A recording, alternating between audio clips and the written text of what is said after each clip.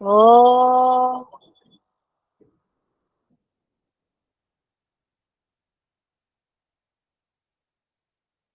join your hands for prayer.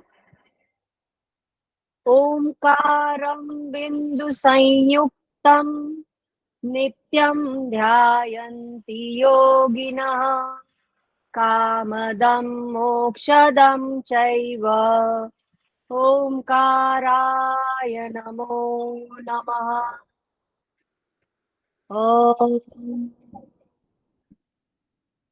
Rub your palms, feel the warmth around your eyes and on your face. Gently open your eyes. Thank you, ma'am. Thank you so much Anu ma'am. सभी को इसी भाव के साथ एक बार की परीक्षा में नेट जेआरएफ को उत्तीर्ण कर लेंगे। आज की कक्षा प्रारंभ करते हैं। पद्मनी पंखा पंखा तो लास्ट क्लास में हमने कहाँ तक पढ़ा था? मैम हमारा समाधि नंदी हुआ था। ठीक है, गैप ज्यादा हो गया था हमारा क्योंकि मैं थोड़े से ऑफिशियल काम में बिजी हो गई थी। तो चलिए आज की कक्षा शुरू करते हैं। कहाँ से शुरू करेंगे हम, बताइए कहाँ तक आए हैं जी? समाधि पाठ साधन समाप्त हो पाद गया स्टार्ट करने। साधन पाठ. हाँ, साधन साधन पाद पाठ शुरू स्टार्ट करेंगे। करेंगे। हाँ, कितने सूत्र हैं हमारे साधन पाद में? 55 55 55। ओके, बताइएगा मेरी स्क्रीन प्रेजेंट हो रही? Yes ma'am. ओके, तो लास्ट हमारा समाधि पाद है ना? तो उसमें क्या है, हमको समाधि की प्राप्ति होती है, कैवल्य अवस्था की प्राप्ति होती है, वहां पर एंड हुआ था। उसके बाद अब समाधि के बाद क्या है, हम साधन के बारे में पढ़ेंगे। मतलब हमको अब हमारा डेस्टिनेशन पता चल गया कि हमको कैवल्य पद की प्राप्ति करनी है। अब उसको प्राप्त करना कैसे है, जैसे कि मैंने पहले ही बताया था कि हमारा गोल क्या है, नेट जेआरएफ का परीक्षा हमको उत्तीर्ण करना है। लेकिन कैसे उत्तीर्ण करेंगे, उसके लिए कुछ तो साधन होगा, जैसे कि हम ये ऑनलाइन अभी क्लासेस ले रहे हैं, है ना? तो उसी की तरह इसमें साधन में बताया गया है कि किन किन साधनों के द्वारा हम समाधि की प्राप्ति कर सकते हैं। तो हमारा जो साधन पाद है उसका पहला सूत्र है, अब देखिए यहाँ पर योग के अंगों में, एक मिनट है हाईलाइटर, ये देखिए योग के अंगों में प्रवृत्त कराने से पूर्व सबसे प्रथम चित्त की शुद्धि का एक सरल और उपयोगी उपाय क्या है, क्रिया योग बतलाते हैं। ठीक है, तो क्या है, तपः स्वाध्याय ईश्वर प्रणिधानानि क्रिया योगा।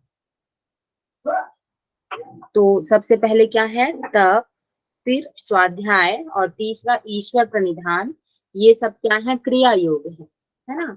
तो अब देखते हैं तप है क्या। तो जिस प्रकार अश्व विद्या में कुशल सारथी चंचल घोड़ों को साधता है, इसी प्रकार शरीर, प्राण, इंद्रियां और मन को उचित रीति से अभ्यास से वशीकार करने को क्या है, तप कहते हैं। देखिए अश्व विद्या में मतलब कोई घुड़ सवार है ना? तो वो जो कुशल सारथी होता है, जो चालक होता है घोड़े का, वो चंचल घोड़ा, शुरू में तो घोड़े अच्छे नहीं रहेंगे, है ना? स्टार्टिंग में जब आएंगे उसको धीरे धीरे क्या है, काबू में किया जाता है। तो उसी प्रकार क्या है, हमारी शरीर, तीन प्रकार का शरीर होता है हमारा, सूक्ष्म शरीर, कारण शरीर और स्थूल शरीर, है ना? फिर उसके बाद प्राण, कितने प्रकार के प्राण होते हैं हमारे? 10 प्रकार के, 5 प्राण, 5 प्रकार के उपप्राण। प्राण।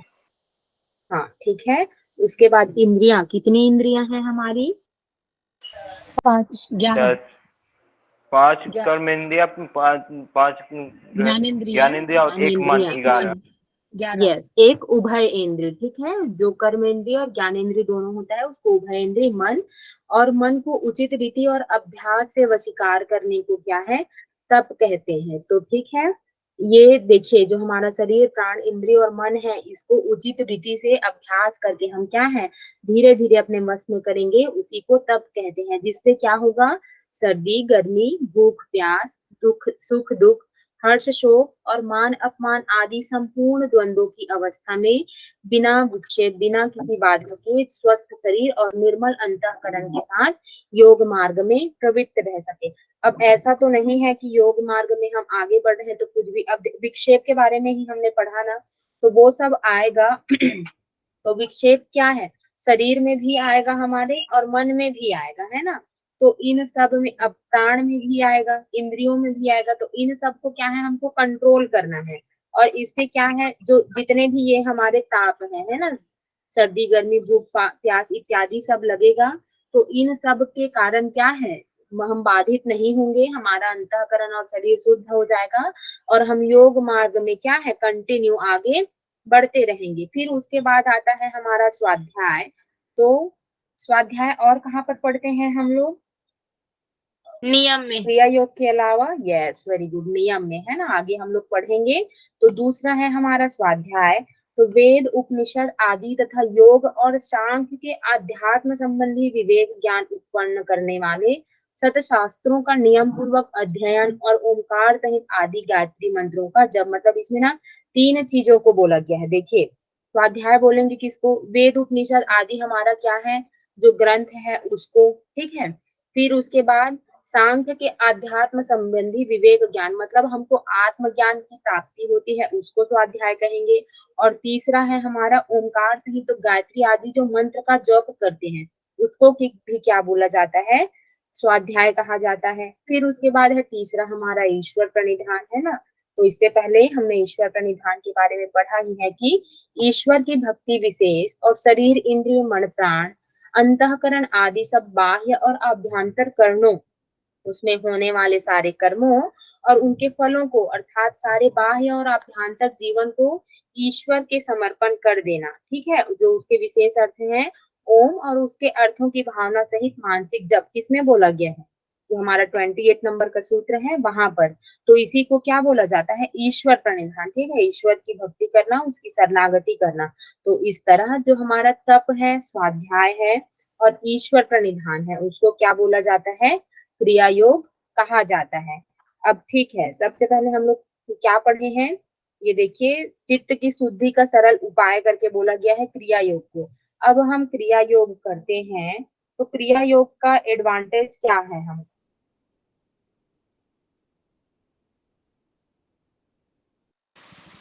समाधि की भावना निर्माण होती है और क्लेश कम हो जाते हैं, दूसरे सूत्र में कहा है।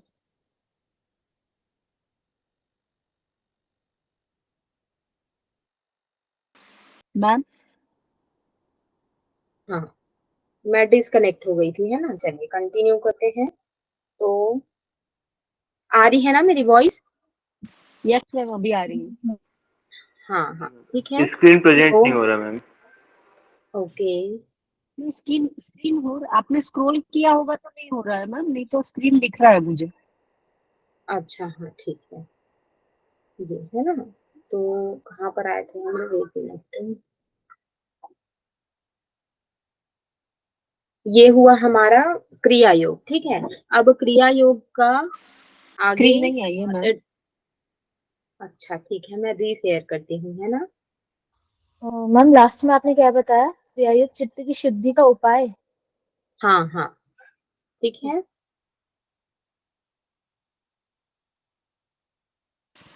अभी तक नहीं हुई है प्रेजेंट मैम। अच्छा ठीक है, अब हुई, नहीं मैम, अभी तक नहीं हुई है। हाँ, यस, अब अभी हो हो गया गई। होगा, हाँ यस मैम। ठीक है। अब उसके बाद देखते हैं ये क्रिया योग किस लिए है, ठीक है। मतलब उस क्रिया योग का एडवांटेज क्या है। इससे पहले भी हमने जो भी चीजें महर्षि पतंजलि जी ने करने के लिए बोली थी, जैसे कि अभ्यास, वैराग्य, ईश्वर प्रणिधान, तो इन सब का लाभ बतलाया ही था। अब इसमें क्रिया योग का पहला, चित्त शुद्धि, तो इसका उपाय है ही, है ना, चित्त की शुद्धि के लिए है। तो इसका और क्या एडवांटेज है, तो उसको दूसरे नंबर के सूत्र में बताते हैं कि समाधि भावनार्थः क्लेश तनु करणार्थस्य, अर्थात जो हमारा क्रिया योग है उससे क्या है, समाधि की भावना, ठीक है। और उसके बाद क्लेश वो क्या है, ये तनु कर देता है, अर्थात वो उसको कमजोर कर देता है। तो समाधि की भावना करने के लिए और उसके बाद क्लेश को तनु करने के लिए क्रिया योग है। ठीक है, तो एक मिनट इसमें देखते हैं, है ना, कहाँ गए। तो उपर्युक्त क्रिया योग अविद्या आदि दोषों को क्षीण करने वाला और समाधि की सिद्धि करने वाला है। तो समाधि की भावना का अर्थ ये है कि वो क्या है, समाधि की सिद्धि करता है। फिर उसके बाद क्लेशों को तनु करने वाला बोला गया है। तो आगे के सूत्रों में बताया गया है कि अविद्या आदि जो हमारे क्लेश है उसको क्या है, क्षीण कर देता है। तो इस सूत्र में क्या है, अविद्या आदि के बारे में वर्णन नहीं किया गया है ना। किस तरह से कंटिन्यू करते हैं श्लोक सूत्र को, ये मैं बता रही हूँ। इससे पहले हम लोग क्या पढ़े, क्रिया योग के बारे में पहले सूत्र में। अब उसके बाद उस क्रिया योग का एडवांटेज क्या है, ये दूसरे नंबर के में बताया गया है। अब दूसरे नंबर में इसमें क्या है, दो एडवांटेज बता दिया गया। पहला क्या है, समाधि की भावना, अर्थात क्या है, समाधि की सिद्धि होती है हमारे क्रिया योग के अभ्यास करने से। फिर उसका दूसरा एडवांटेज क्या है कि ये क्लेशों को तनु कर देता है, क्लेशों को क्षीण कर देता है, कमजोर कर देता है। तो अब डायरेक्ट हमारे दिमाग में क्या आएगा कि अब ये क्लेश क्या है। ठीक है, तो उसी को अब तीसरे नंबर के सूत्र में बताते हैं कि अविद्या अस्मिता राग द्वेषाभिनिवेशा क्लेशः। ठीक है, अविद्या, अस्मिता, राग, द्वेष और अभिनिवेश, ये सब पांचों क्या है, क्लेश है। ठीक है, फिर उसके बाद आगे बताया गया है कि कौन कौन सा क्या क्या है ना। तो ये अविद्या आदि पांचों ही क्या है, जीव मात्र को संसार चक्र में घुमाने वाले महादुखदायक हैं। इस कारण सूत्रकार ने इनका नाम क्या है, क्लेश रखा है। जीव मात्र को संसार चक्र में घुमाने वाले करके क्यों बोला गया कि जब तक अविद्या रहेगी, है ना, तो हम क्या है, मतलब इसमें पुरुष और प्रकृति की बात है रहेगी, है ना। तो अविद्या है मतलब हमको विवेक ज्ञान की प्राप्ति नहीं हुई है। तो जो दृष्टा है ना, पुरुष है, वो क्या है, अपने आप को बुद्धि से, बुद्धि के प्रकाश के कारण उससे संबद्ध पाएगा और प्रकृति में उसकी आसक्ति और उसके गुणों में उसकी आसक्ति बनी ही रहेगी। ठीक है, तो इसी कारण से क्या है, वो संसार चक्र में घुमाने वाला ही रहेगा। उसके कारण उसको राग द्वेष इत्यादि होंगे।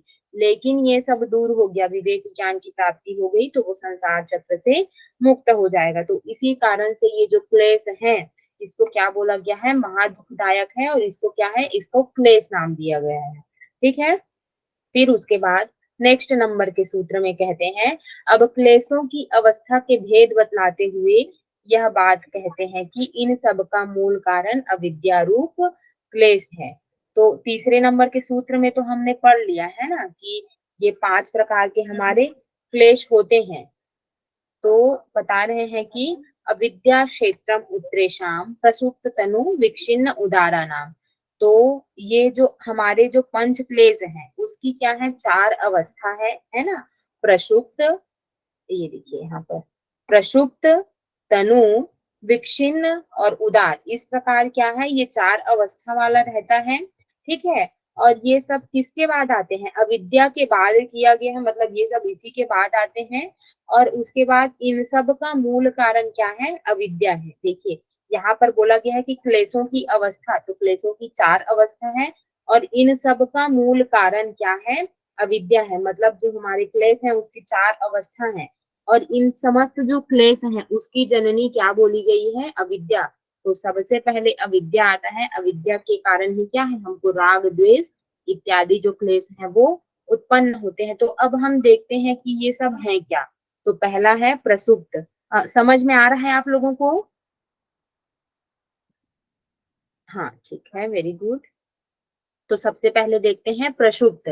तो चित्त में विद्यमान रहते हुए भी जिस समय जो क्लेश अपना कार्य नहीं करता उस समय उसे प्रसुप्त कहा जाता है। और प्रलय काल और सुसुप्ति में चारों ही क्लेशों की प्रसुप्त अवस्था रहती है।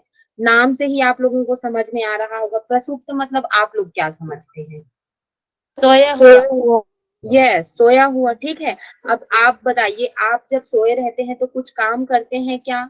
नहीं करते। तो इसी कारण बोला गया है कि चित्त में विद्यमान रहते हुए भी, मतलब ये जो हमारे क्लेश हैं वो चित्त में तो रहेंगे ही, लेकिन क्या है, अपना कार्य नहीं करेंगे। हम लोग जब सोए हुए अवस्था में रहते हैं तो ऐसा तो नहीं है कि हमारी मृत्यु हो गई है, बस हम अपना कार्य नहीं करते रहते। उसी प्रकार ये जो चित्त में हमारे जो क्लेश हैं वो बने रहते हैं, विद्यमान रहते हैं, लेकिन अपना कार्य नहीं करते हैं। उसी समय इस क्लेश को क्या बोला जाता है? प्रसुप्त कहा जाता है। और प्रलय काल और सुसुप्ति में, प्रलय काल के समय क्या है, मतलब वो होता है ना, प्रकृति और पुरुष का जैसे पढ़ेंगे, तो प्रलय काल के समय चीजें क्या है, सब नष्ट हो जाएंगी और उसके बाद फिर से बनता है, ठीक है। और फिर उसके बाद सुसुप्ति अवस्था जो रहती है, तो सुसुप्ति अवस्था मतलब जो क्या है, ये प्रसुप्त अवस्था, 4 अवस्था भी आप लोग पढ़े होंगे वेदांत में। जी मैम। Yes madam. क्या क्या है? जागृत तो अपना जागृति अवस्था, सुषुप्ति तुरिया, अर्थात तुरीय हाँ, अवस्था। जो सुसुप्ति और सुसुप्ति तुर्या। सुसुप्ति अवस्था होती है वो कारण शरीर में होता है, उस वक्त हम पूर्ण रूप से हाँ सोए हाँ रहते हैं। हाँ, यही ठीक है। मैम प्रलय काल होता है, सुसुप्ति हाँ अवस्था ही प्रलय काल होती है। हाँ, ठीक है। तो फिर उसके बाद और कहाँ पर दिया गया है इन चारों के बारे में वर्णन? उपनिषद में मैम, उपनिषद में इसका हाँ, मिलता है। और एक और ग्रंथ है, हर यौगिक टेक्स्ट में आप लोग पढ़ेंगे, वशिष्ठ संहिता, और एक वशिष्ठ संहिता का क्या, योग वासिष्ठ है ना। तो योग वासिष्ठ आप लोगों ने पढ़ा होगा। योग वासिष्ठ में भी दिया गया है 4 अवस्थाओं का वर्णन, ठीक है। यस और नो? कोई नहीं पढ़ा है क्या? जी मैम दिया हुआ है। जब हाँ, ठीक है। तो कंटिन्यू करते हैं, कहाँ गया जी? ठीक है। तो प्रलय काल और सुसुप्ति चारों में ही क्लेशों की प्रसुप्त अवस्था रहती है। तो ये हो गया हमारा प्रसुप्त अवस्था। अब प्रसुप्त के बाद दूसरी अवस्था बोली गई है तनु। तो क्लेशों में जो कार्य करने की शक्ति है उसका जब योग के साधनों द्वारा ह्रास कर दिया जाता है, तब वे ही हीन शक्ति वाले क्लेश तनु कहलाते हैं। 1 मिनट है ना।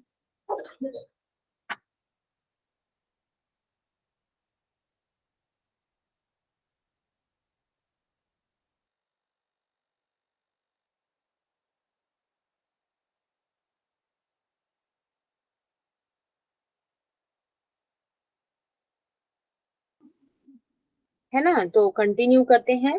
तो क्लेशों में जो कार्य करने की शक्ति है उसका जब योग के साधनों द्वारा ह्रास कर दिया जाता है तब वे हीन शक्ति वाले क्लेश क्या है, तनु कहलाते हैं। अब आप लोग स्कूल में हमने जब विज्ञान पढ़ा था तो उसमें तनु और सांद्र अम्ल करके आता है ना, साइंस में। तो उसमें क्या है, मतलब एसिड और बेसिक के बारे में, हम लोग बेस के बारे में पढ़ते रहते हैं। तो एक क्या होता है, वो स्ट्रांग रहता है, फिर उसमें हम लोग पानी मिला देते हैं तो वो क्या है, तनु बन जाता है ना। तो उसी तरह से इसमें बोला गया है जो क्लेश में जो कार्य करने की शक्ति रहती है, तो अब उसमें हम क्या है, पानी मिला देते थे उस एसिड में। अब इसमें क्या है, हम योग के साधनों द्वारा करके उसको क्या है, कमजोर कर देंगे, उसको ह्रास कर देंगे। तब वो क्या है, हीन शक्ति वाले, मतलब अब वो जो क्लेश है वो अपना कार्य अच्छे से नहीं कर पाएंगे। तो वो जो हीन शक्ति वाले, जो कमजोर हो चुके हैं, उन्हीं क्लेश को क्या बोला जाता है, तनु कहलाता है। तो देखने में भी आता है कि ये राग द्वेष आदि क्लेश साधारण मनुष्यों की भांति साधकों पर अपना आधिपत्य नहीं जमा कर सकते, अर्थात साधारण मनुष्यों की अपेक्षा साधकों पर उनका प्रभाव कम पड़ता है। मतलब हम सामान्य मनुष्यों पर तो इसका प्रभाव पड़ता है, लेकिन कोई अच्छा अगर साधक है ना, तो उसके ऊपर क्या है, इसका प्रभाव नहीं रहता। मतलब सेम दुख अगर मेरा, सपोज मुझे कोई चीज नहीं मिली है ना, क्या बोलते हैं, सपोज हम लोग एग्जाम का ही तैयारी कर रहे हैं, है ना। अब शुरू शुरू में ऐसा होता है कि सपोज हम लोग जब बच्चे रहते हैं, इससे और ज्यादा अच्छे से समझ में आएगा, तो हम लोग पढ़ाई करते हैं, लेकिन अब मार्क्स के लिए क्या है, पढ़ाई किया और मार्क्स नहीं आया तो उस समय क्या है, रोते हैं। फिर उसके बाद धीरे धीरे क्या है, इन सब चीजों की आदत हो जाती है, उसके बाद मार्क्स नहीं आता है तो दुख होता है क्या, नहीं होता। क्यों? क्योंकि अब उसके बाद धीरे धीरे इतना प्रैक्टिस कर लेते हैं, समझ में आ जाता है कि ये सब चीजें मायने नहीं रखती है ना। तो उसी कारण ये बोला गया है कि राग द्वेष जो इत्यादि जो है, क्या बोलते हैं जी, क्लेश है ना, वो साधकों पर उसका प्रभाव कम पड़ता है और सामान्य मनुष्यों पर अधिक पड़ता है। फिर उसके बाद बोला गया है विक्षिन्न। तो जब कोई क्लेश उदार रहता है उस समय दूसरा क्लेश दब जाता है, वही उसकी विक्षिन्न अवस्था है। जैसे राग की उदार अवस्था के क्षण में द्वेष दब जाता है और द्वेष की उदार अवस्था में ये बहुत। अब देखिए इसको आप लोग, विक्षिन्न और उदार है, इसको एक साथ समझते हैं तो क्या बोलते हैं, इसको यूज करके बना लीजिए, है ना। ये समझ लीजिए हमारा एक क्लेश है, ये हो गया हमारा राग, ठीक है। और फिर उसके बाद हो गया ये द्वेष। अच्छा, इसको राग द्वेष नहीं बोलते हैं, जैसे कि ये हो गई मैं, ठीक है, और ये हो गए आप सब लोग। अब अभी क्या है, मैं बोल रही हूँ, ठीक है, मतलब मेरा प्रभाव क्या है, ज्यादा है, तो मैं क्या हो गई अभी, उदार। फिर उसके बाद विक्षिन्न, आप लोग अभी बोल रहे हैं क्या, नहीं बोल रहे, तो आप लोग क्या हो गए, विक्षिन्न। अब जब आप लोग बोलना चालू करोगे, ठीक है, आप लोग सबके, अभी मैं बोल रही हूँ अकेले, आप लोग सब शांत हैं, तो मेरा पावर ज्यादा है ना, मेरी आवाज सुनाई दे रही है, तो इस कारण से मैं क्या हूँ अभी, उदार। और आप लोगों की आवाज दबी हुई है, इस कारण से क्या है, आप लोग विक्षिन्न अवस्था में। लेकिन अब आप लोग सबके सब लोग बोलेंगे, तो मेरी आवाज मैं अकेले बोलूंगी, वो आएगा क्या, नहीं आएगा, है ना। तो उस समय आप लोग क्या हो जाएंगे, उदार, और मैं क्या हो जाऊंगी, विक्षिन्न। तो उसी को बोला है कि जब एक क्लेश दब जाता है, ठीक है, कोई क्लेश उदार होता है, उस समय दूसरा क्लेश दब जाता है। तो सपोज अब ये हुआ राग और ये हुआ हमारा द्वेष, तो जब राग उदार रहेगा तो उस समय द्वेष दब जाता है, और द्वेष उदार रहता है उस समय राग दब जाता है, ठीक है। तो जो चीज एक्टिव रहता है उसको बोलते हैं उदार, और जो चीज पेसिव रहता है, इनएक्टिव फॉर्म में रहता है, जो क्लेश, उसी को बोलते हैं विक्षिन्न, ठीक है। तो उपर्युक्त 5 क्लेशों में से अस्मिता आदि 4 क्लेशों के ही प्रसुप्त आदि 4 अवस्था भेद बतलाए गए हैं, अविद्या के नहीं। अब देखिए, जो हमने ये 4 अवस्था पढ़ी, प्रसुप्त, तनु, विक्षिन्न और उदार, ये किसकी किसकी अवस्था है, बाकी के जो 4 क्लेश हमने पढ़े, अर्थात अस्मिता, राग, द्वेष और अभिनिवेश के, ये उनकी 4 अवस्था है, अविद्या की अवस्था नहीं है। अविद्या को इस तरह से क्लासिफाइड नहीं किया गया है, क्यों, क्योंकि वह अन्य चारों का कारण है, उसके नाश से ही सबका सदा के लिए समूल नाश हो जाता है। मतलब वह सबका कारण है बोला गया है, ठीक है। तो अर्थात क्या हुआ, अविद्या ही इन चारों क्लेशों की जननी हुई, और हम इस अविद्या को जब समाप्त कर देंगे तो चारों जो हमारे क्लेश हैं वो समूल समाप्त हो जाएंगे। आया आप लोगों को समझ में ये, इज इट क्लियर? ओके, हाँ, बोल करके जवाब दे दीजिए, है ना। जी मैम। हाँ ठीक है, यहाँ आकर के देखना पड़ता है ऐसे में, ठीक है। अब उसके बाद हमने देख लिया क्या बोलते हैं, सबसे पहले हमने पढ़ा क्रिया योग के बारे में। अब क्रिया योग के एडवांटेज पढ़ लिए, है ना, तो उसके एडवांटेज में बताया गया कि क्लेश को छीन कर देता है करके। तो अब हमने क्लेश की जो 4 अवस्था है उसके बारे में पढ़ लिया, लेकिन अभी तक ये पढ़ा क्या कि कौन कौन सा क्लेश क्या क्या है ना। जैसे कि चित्त वृत्ति के बारे में बताया गया, तो कौन कौन सी वृत्ति कैसी कैसी है, इन सबको डिटेल से वर्णन किया गया था। उसी तरह से अब जो हमारे चारों प्लेस, सॉरी 5 प्लेस हैं, उसके बारे में बतलाते हुए आगे कंटिन्यू करते हैं कि अब अविद्या का स्वरूप बतलाते हैं, है ना। तो अनित्या सूचि दुखान आत्मसु, नित्य सूचि सुखात्म ख्याति अविद्या, इसमें भी दिया हुआ है ना, ये वाला। जैसे हम लोग पातंजल योग प्रदीप पढ़ेंगे तो उसमें भी दिया हुआ है, लेकिन इसमें क्या है, थोड़ा सा ढूंढने में समय लगेगा, और ये इतना टफ नहीं है कि इससे समझ में ना आए, तो इस कारण से हम लोग इसी से कंटिन्यू कर रहे हैं, है ना। आप लोग उसको चाहे तो उसको भी पढ़ सकते हैं, लेकिन यहाँ पर एकदम डीप कॉन्सेप्ट नहीं है, थोड़ा इजी समझ में आ जाता है, इस कारण इससे पढ़ रहे हैं। अब उसके बाद देखते हैं अनित्य, देखिए यहाँ पर से देखते हैं अनित्य, ठीक है, ये। फिर असूचि, तो असूचि का अर्थ होता है अपवित्र। फिर दुख, ठीक है, और अनात्मा।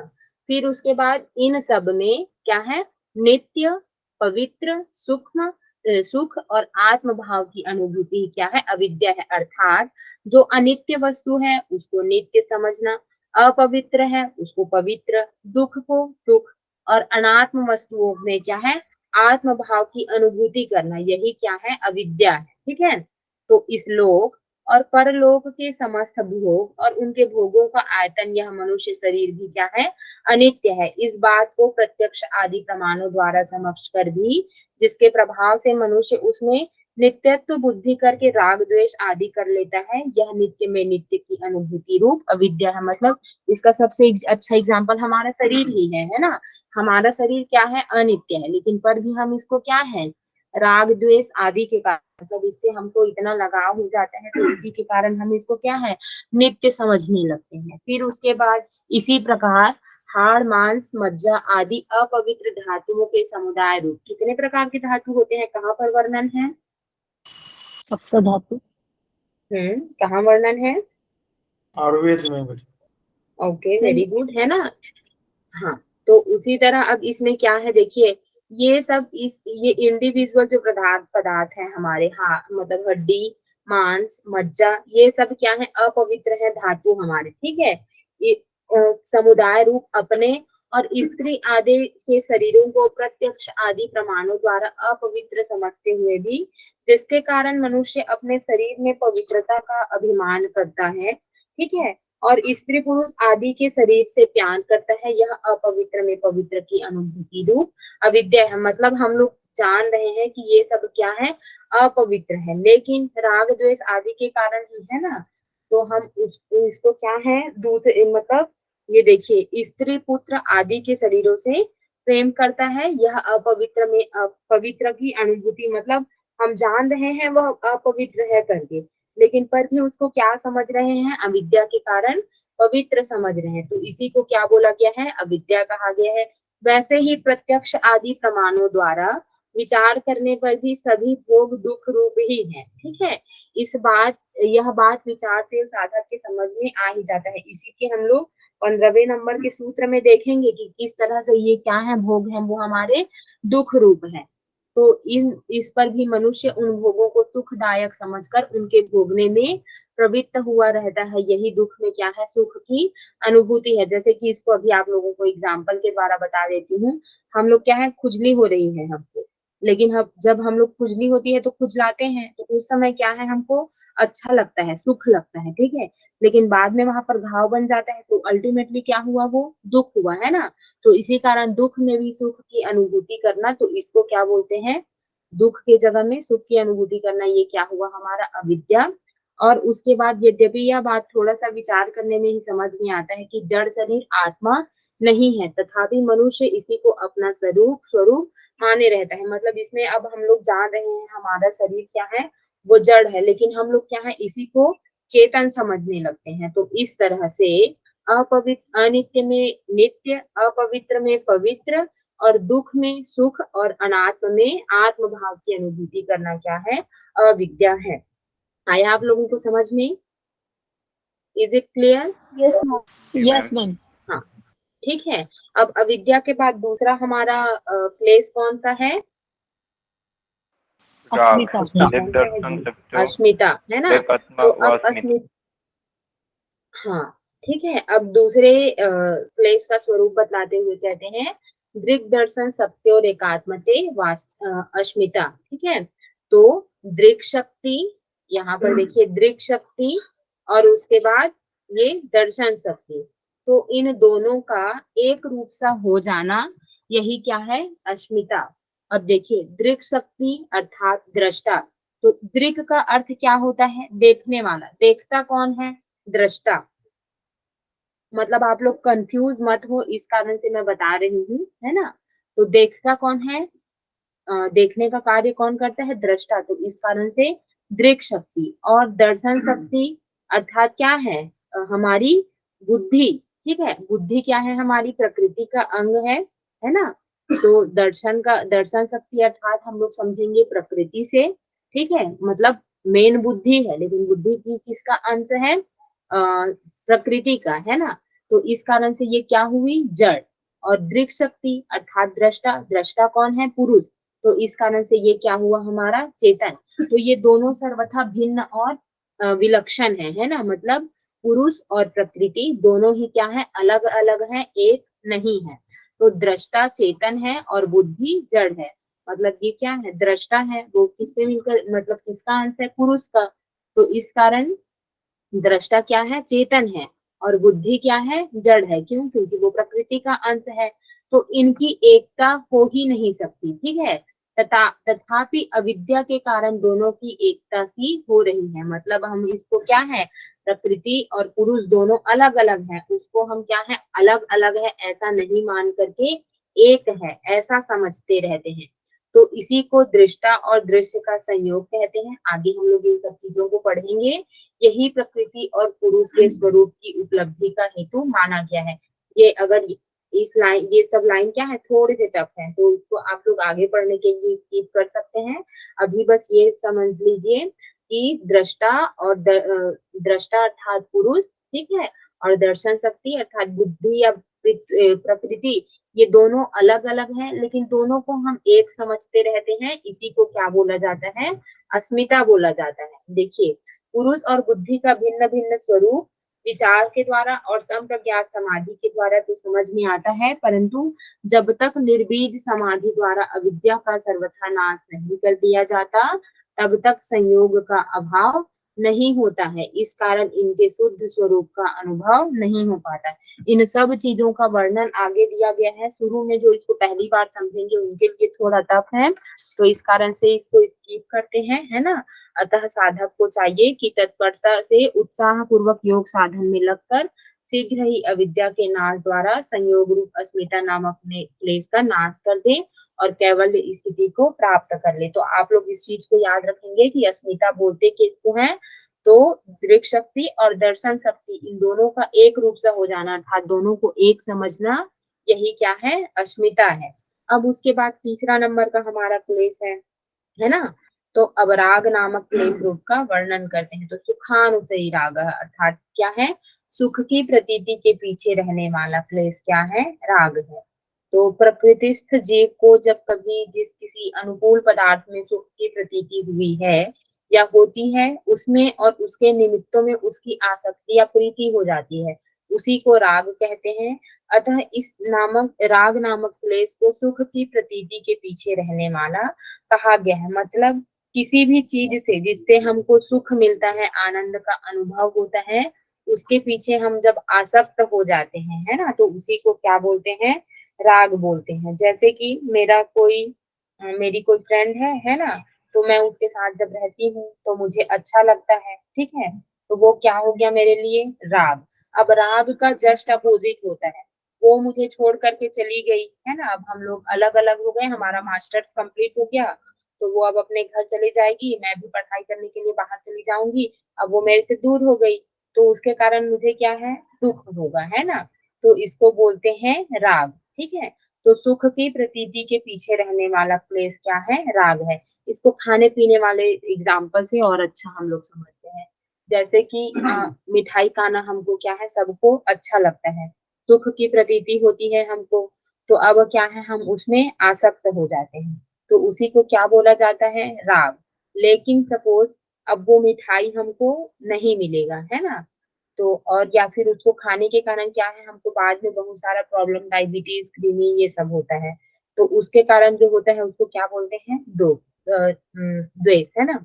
तो अभी आप लोग राग का पढ़ रहे हैं तो इतना याद रखेंगे कि सुख की प्रतीति के पीछे रहने वाला जो क्लेश है ना, अर्थात किसी अनुकूल पदार्थ में सुख की प्रतीति हुई है या होती है, सुख का अनुभव होता है, तो उसी को क्या बोला जाता है, राग कहते हैं।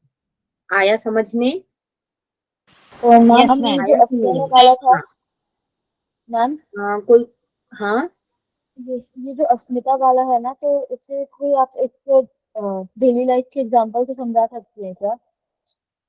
अब अस्मिता ये डेली लाइफ वाला चीज नहीं है ना। उसमें दृक् शक्ति और दर्शन शक्ति यहाँ पर क्लियरली जो पुरुष है अर्थात दृष्टा और बुद्धि की बात हुई है, तो उन दोनों को हम एक जैसा जब समझने लगते हैं, जैसे कि अब हम लोग अपने को ही देख लेते हैं, ठीक है, हमारे अंदर भी एक आत्मा है, ठीक है, और उसके बाद फिर क्या है, अब और ये हमारा क्या है, शरीर है, तो शरीर अलग है और आत्मा अलग है, ठीक है, लेकिन दोनों अलग अलग है ऐसा हम नहीं मान रहे हैं, दोनों को हम क्या मान रहे हैं, एक मान रहे हैं ना। ये शरीर ही है और हमारा शरीर, मतलब इस शरीर में ही क्या है, हमारा आत्मा ही है ना। तो दोनों को क्या है, हम अलग अलग नहीं जान रहे हैं, एक समझ रहे हैं, इसी को अस्मिता बोला जाता है। आया समझ में? Yes ma'am. हाँ ठीक है, तो ये होता है अस्मिता, और ये किसके कारण हो रहा है? अविद्या के कारण। अब आपको विवेक ज्ञान हो जाएगा कि नहीं, ये हमारा शरीर क्या है, नाशवान है, और ये हमारा जो आत्मा है ना, वो अपना कर्म मतलब जो संस्कार इत्यादि है उसका भोग करेगा, फिर उसके उसके कर्म संस्कार समाप्त होंगे, फिर वो छोड़ के चला जाएगा। तो ये कब पता चलेगा आपको? जब आपको विवेक ज्ञान हो जाएगा, अविद्या की समाप्ति हो जाएगी। तो ये दोनों को जब हम एक समझते रहते हैं तब उसी को क्या बोलते हैं, अस्मिता कहा जाता है।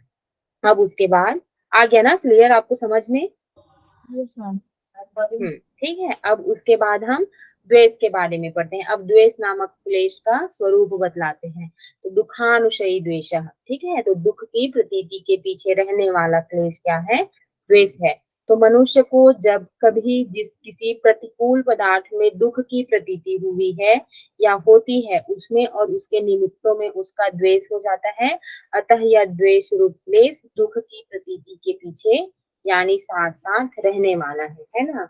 तो अब जिस किसी प्रतिकूल पदार्थ में, है ना, तो जैसे कि सपोज मैंने बताया ही था कि मुझे क्या है, मिठाई खाना अच्छा लगता है ना।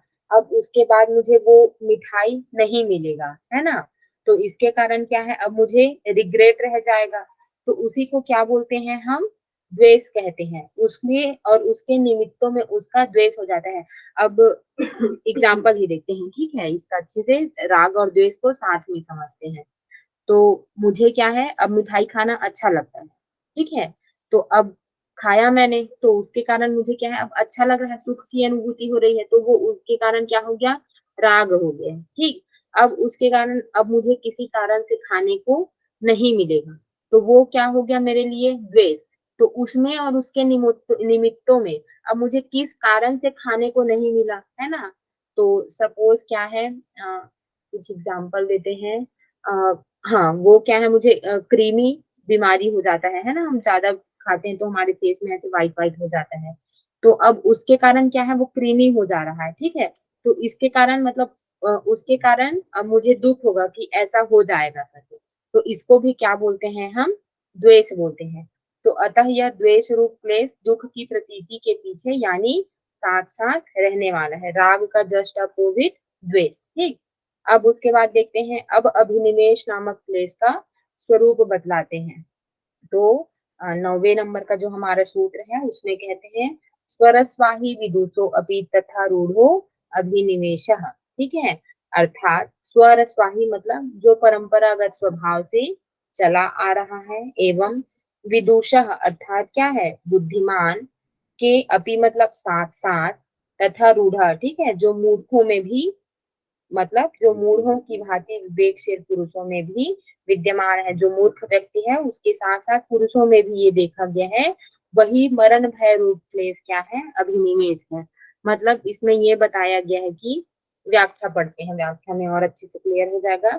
यह मरण भय रूप क्लेश सभी प्राणियों में अनादिकाल से स्वाभाविक है। अतः कोई भी जीव यह नहीं चाहता कि मैं न रहूं, सभी अपनी विद्यमानता चाहते हैं। मतलब मरने से ऐसा कोई है क्या जो नहीं डरता है? सब के सब लोग क्या है, मृत्यु से डरते रहते हैं। और ऐसा नहीं है कि ये चीज कोई बुद्धिमान है। मतलब जैसे सपोज अब कोई कथावाचक है ना, तो उन लोग कितना बड़ा बड़ा बात कहते हैं। मतलब आर्ग्यू नहीं कर रही हूँ, तो उन लोग भी क्या है, सब चीजों को जान रहे हैं कि ये ऐसा ऐसा होता है। लेकिन मरने से हम सामान्य मनुष्य डरते हैं, वो तो समझ में आता है, लेकिन उन लोग भी डरते हैं। जबकि हम क्या है, मूर्ख हुए, वो तो ज्ञानी है ना, विदुषी व्यक्ति हैं उन लोग। तो हमारे साथ जो विवेकशील पुरुषों में भी विद्यमान है, जो सामान्य मनुष्यों के साथ साथ विवेकशील मनुष्यों में भी विद्यमान है, क्या मृत्यु कब है, उसी को क्या बोला जाता है, अभिनिवेश। तो एक छोटे से छोटा कीट भी मरण से डरकर अपनी रक्षा का उपाय करता है। इससे पूर्व जन्म की सिद्धि होती है, क्योंकि यदि मरण दुख पहले अनुभव किया हुआ नहीं होता तो उसका भय कैसे होता। अब देखिए, इसमें पूर्व जन्म का कॉन्सेप्ट जैसे कि बोलते हैं, है ना, साइंस है वो नहीं मानता कि पूर्व जन्म होता है करके, लेकिन हमारे ग्रंथों में तो बताया गया है ना। तो जिस चीज को हम पहले अनुभव नहीं किए हैं, तो उस चीज को हम लोग पहचान पाएंगे क्या, है ना। जैसे कि मैंने कभी जलेबी नहीं खाया, तो मैं बता पाऊंगी क्या कि वो मीठा होता है करके। तो इसी कारण से इसमें बोला गया कि छोटे से छोटा जो कीड़ा होता है वो भी क्या है, मृत्यु से डरता है और अपनी रक्षा का उपाय करता है। मतलब जैसे चींटी चलते रहती है और कुछ भी साइड में जैसे आप उसके पास से गुजरे तो वो तुरंत अपना रास्ता बदल लेती है ना? क्यों? क्योंकि वो अपनी क्या है, मृत्यु से डरती है, अपनी रक्षा का उपाय करती है। इससे क्या है, पूर्व जन्म की सिद्धि होती है। तो यह मरण भय जीवों के अंतःकरण में इतना गहरा बैठा हुआ है कि मूर्ख के जैसा ही विवेकशील पर भी इनका प्रभाव पड़ता है। इसलिए इसका नाम क्या है, अभिनिवेश, अर्थात अत्यंत गहराई में प्रविष्ट रखा गया है ना? मतलब सामान्य मनुष्य तो डरते ही हैं, लेकिन विवेकी पुरुष तो सब चीज जान रहा है, लेकिन उसके ऊपर भी क्या है, इसका प्रभाव है। तो ऐसी सुपरफिशियल मतलब सामान्य चीज नहीं है ना? वो अत्यंत गहराई में है। इसी कारण से ये जो मृत्यु की बात है वो ज्ञानी पुरुष के मन से भी नहीं जा रही है। इस कारण से इसको क्या बोला जाता है, अभिनिवेश कहा जाता है। ठीक है, अब उसके बाद बाकी की क्लासेस हम यहाँ से कल कंटिन्यू करेंगे। आज की क्लास आई आप लोगों को समझ में? Yes ma'am. Is it clear? किसी को किसी भी तरह का डाउट?